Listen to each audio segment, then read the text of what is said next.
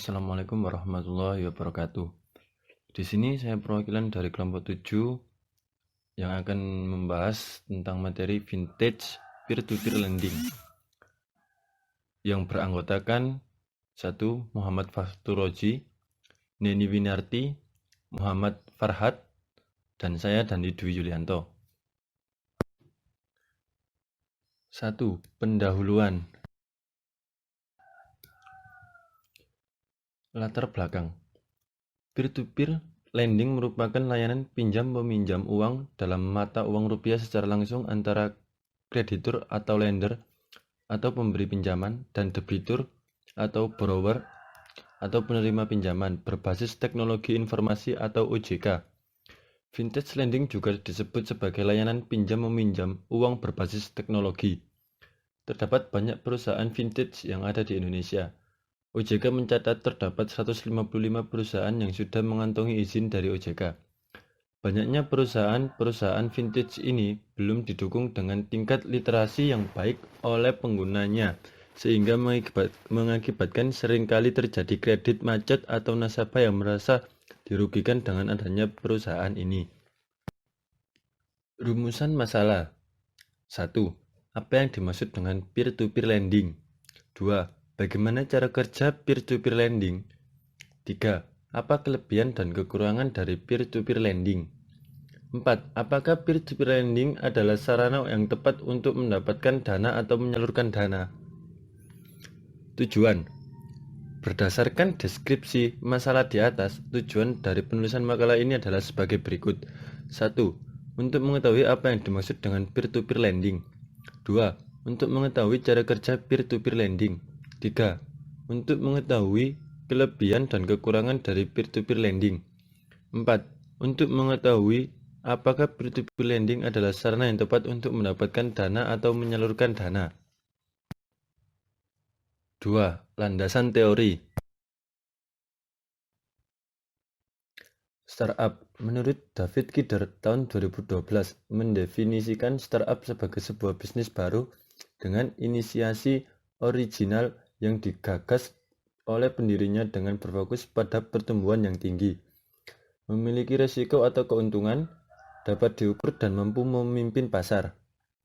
Vintage. Menurut OJK tahun 2020, vintage adalah sebuah inovasi pada industri jasa keuangan yang memanfaatkan penggunaan teknologi.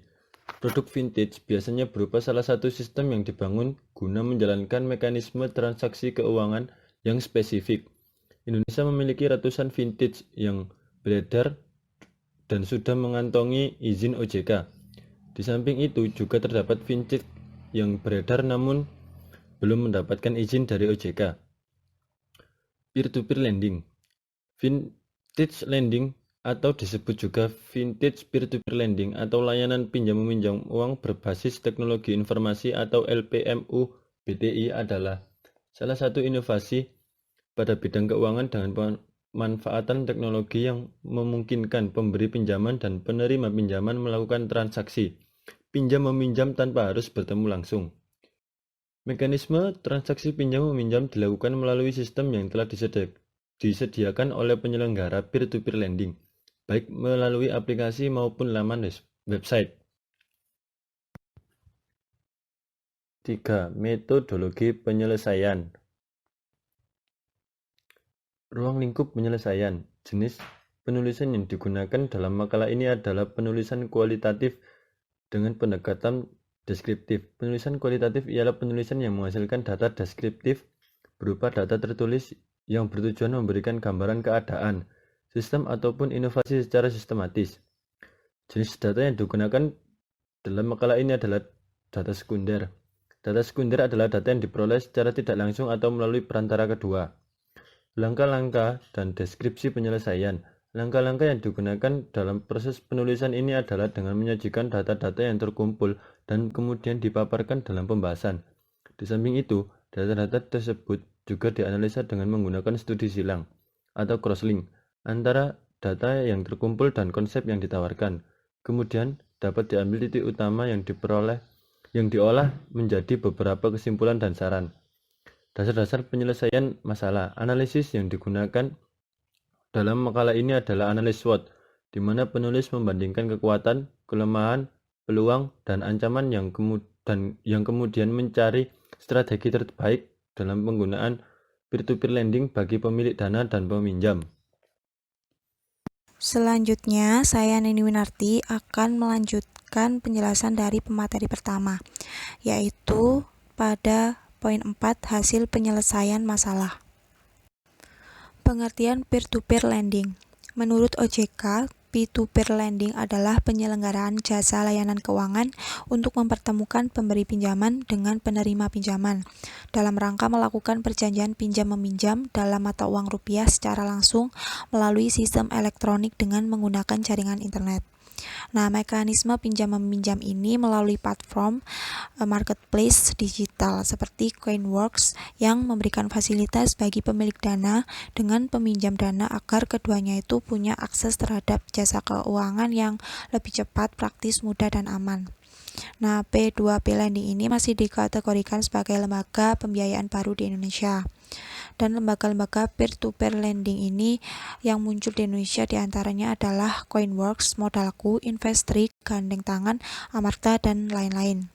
Dengan berkembangnya teknologi dan e-commerce, kegiatan peminjaman turut berkembang dalam bentuk online dan dalam bentuk platform serupa dengan e-commerce. Nah, dengan itu seorang peminjam bisa mendapatkan pendanaan dari banyak individu. Selanjutnya, cara kerja P2P Lending. Yang pertama, penyedia atau platform P2P Lending menilai dan menganalisis peminjam. Yang kedua, platform P2P Lending menempatkan peminjam yang terpilih pada online marketplace mereka. Yang ketiga, calon pemberi pinjaman atau investor menyeleksi dan menganalisis pihak peminjam. Keempat, jika sudah menemukan pilihan yang tepat, pemberi pinjaman melakukan pendanaan ke peminjam melalui platform yang sama. Kelima, peminjam mengembalikan pinjaman plus retur kepada pemberi pinjaman sesuai jangka waktu yang ditetapkan ke platform P2P Lending. Keenam, pemberi pinjaman menerima dana yang dikembalikan peminjam melalui platform P2P Lending. Kemudian macam-macam transaksi yang dipakai ada 3, yaitu yang pertama marketplace. Di model marketplace, peminjam dan pendana bebas memilih suku bunga. Pinjaman dibuka untuk proses lelang selama beberapa hari dan peminjam menentukan suku bunga indikatif. Yang kedua, bunga tetap. Pada model ini, platform menentukan suku bunga untuk setiap pinjaman berdasarkan tingkat resiko. Pendana bebas untuk membeli nominal pecahan dari pinjaman tersebut sampai terkumpul dana yang diminta. Ketiga, pengelola dana. Dalam model ini, para pendana memberikan platform kuasa untuk mengelola dana miliknya, yang dikelola sebagai satu kesatuan. Platform kemudian menentukan pinjaman yang layak mendapatkan pendanaan dan suku bunganya. Baiklah, selanjutnya saya Muhammad Farata TV akan menjelaskan tentang keuntungan dan kerugian fintech peer-to-peer lending. Keuntungan fintech peer-to-peer lending bagi investor yang pertama yaitu jumlah investasi awal relatif rendah. Yang kedua, terdaftar dan diawasi secara resmi. Yang ketiga, suku bunga signifikan. Dan yang keempat, arus kas lebih lancar. Dan juga bisa menjadi pendapatan pasif bagi para investor. Di balik keuntungan yang saya sebutkan barusan, tentunya para investor juga harus menerima atau siap dengan kerugian atau resiko yang harus dihadapi. Kerugian fintech peer-to-peer lending bagi investor adalah yang pertama, tidak bisa melakukan penarikan uang. Yang kedua, resiko uang tidak kembali. Yang ketiga, sejarah peer-to-peer lending masih pendek. Dan yang terakhir yaitu setiap suku bunga yang didapat akan dikenakan pajak. Keuntungan dan kerugian tersebut tidak hanya didapat oleh para investor saja, tetapi bagi para peminjam tentu memiliki keuntungan dan kerugian tersendiri. Keuntungan fintech peer-to-peer lending bagi peminjam adalah yang pertama, proses yang cepat, yang kedua suku bunga rendah, yang ketiga pinjaman tanpa agunan, dan yang keempat adalah memberikan kemudahan bagi para peminjam. Selanjutnya yaitu kerugian fintech peer-to-peer lending bagi peminjam. Yang pertama yaitu beban pembayaran bisa berlipat ganda. Dan yang kedua, tidak cocok untuk pinjaman jangka panjang.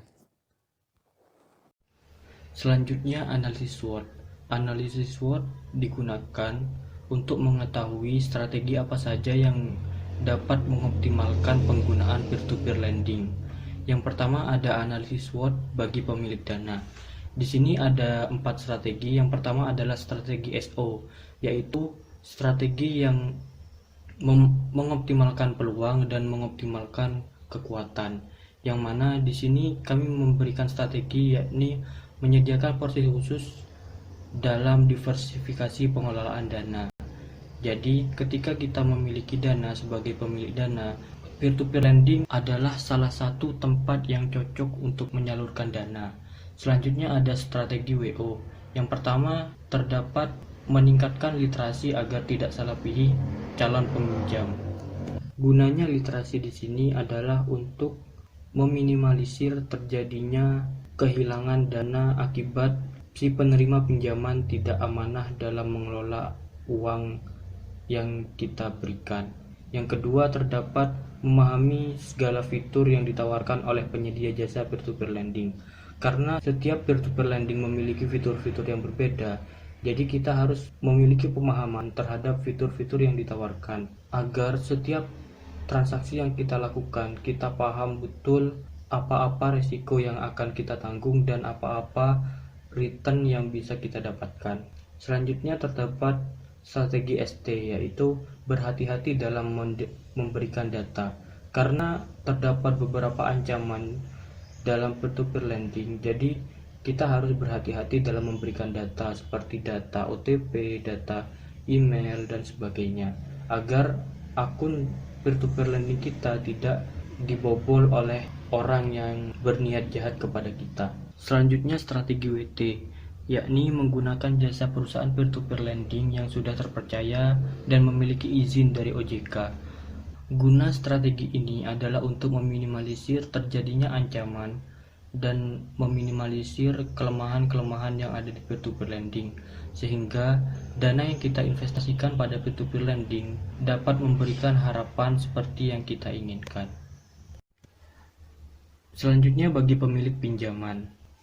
Strategi pertama, peer-to-peer lending dapat menjadi salah satu pilihan untuk mendapatkan dana cepat. Karena prosesnya yang mudah, tidak membutuhkan agunan dan suku bunga rendah, peer-to-peer lending bisa menjadi salah satu pilihan untuk perusahaan mendapatkan dana dengan cepat. Yang kedua, terdapat strategi WO, yakni tidak menggunakan dana untuk kebutuhan konsumtif. Karena peer-to-peer lending jika digunakan untuk jangka panjang bisa memiliki bunga yang sangat tinggi, jadi ini kurang cocok untuk digunakan untuk kebutuhan konsumtif. Selanjutnya, dana yang akan dipinjam sudah dianalisa dengan kemampuan perusahaan dalam memenuhi kewajiban. Jadi ketika kita mau melakukan pinjaman, kita harus paham seberapa besar kekuatan perusahaan untuk mengembalikan dana tersebut. Jika perusahaan tidak mampu untuk mengembalikan dana tersebut, sebaiknya menggunakan cara-cara yang lain seperti menerbitkan saham dan sebagainya. Selanjutnya terdapat strategi ST, yakni berhati-hati dalam memberikan data. Seperti strategi pada pemilik dana, kita sebagai peminjam juga harus berhati-hati dalam memberikan data agar data-data kita tetap aman. Selanjutnya ada strategi WT, yakni menggunakan jasa perusahaan peer-to-peer lending yang sudah terpercaya dan memiliki izin dari OJK. Agar kita tidak dimanfaatkan oleh jasa peer-to-peer lending yang belum memiliki izin dan belum terpercaya, kita harus mengetahui apakah peer-to-peer lending yang kita gunakan sudah memiliki izin dan sudah terpercaya atau belum, agar ketika kita melakukan pinjaman, bunga yang kita dapatkan sudah sesuai dengan aturan dan kita mampu untuk melakukan pembayaran dari pinjaman yang kita lakukan. Selanjutnya, pembahasan dan hasil penyelesaian masalah. Dalam kelayakan teknis, tingginya pertumbuhan UMKM menyebabkan tingginya kebutuhan permodalan untuk pengembangan usaha. Namun, UMKM biasanya mengalami kendala dalam menggunakan sistem tradisional seperti yang dilakukan oleh perbankan, yakni harus mengisi administrasi yang lumayan ribet, dan prosesnya cukup lama. Sehingga peer-to-peer lending ini dapat menjadi sebuah solusi bagi permasalahan permodalan yang lagi dihadapi oleh UMKM saat ini. Selanjutnya, dalam kelayakan ekonomi, seiring dengan perkembangan teknologi, peer-to-peer lending semakin cepat pertumbuhannya. Selain itu, peer-to-peer lending juga sudah memiliki peraturan perundang-undangan, yakni Peraturan Nomor 77/POJK.1/2016 tentang layanan pinjaman dana dengan sistem teknologi informasi. Selanjutnya, kesimpulannya, peer-to-peer lending merupakan penyelenggara jasa layanan keuangan yang memberikan fasilitas untuk mempertemukan pemberi pinjaman dengan penerima pinjaman secara langsung melalui sistem elektronik. Kemudahan yang ditawarkan dalam peer-to-peer lending sangat membantu ekonomi masyarakat kecil yang kadangkala kesulitan dalam mengakses permodalan, baik itu di bank atau di lembaga keuangan non-bank. Penggunaan peer-to-peer lending dapat memudahkan investor dalam menyalurkan dana dan pelaku usaha yang sedang membutuhkan tambahan modal. Namun, peer-to-peer lending tidak disarankan untuk kebutuhan yang konsumtif, khususnya bagi individu yang belum memiliki penghasilan tetap. Sekian presentasi dari kelompok kami, kurang lebihnya mohon maaf. Wabillahi taufik wal hidayah. Wassalamualaikum warahmatullahi wabarakatuh.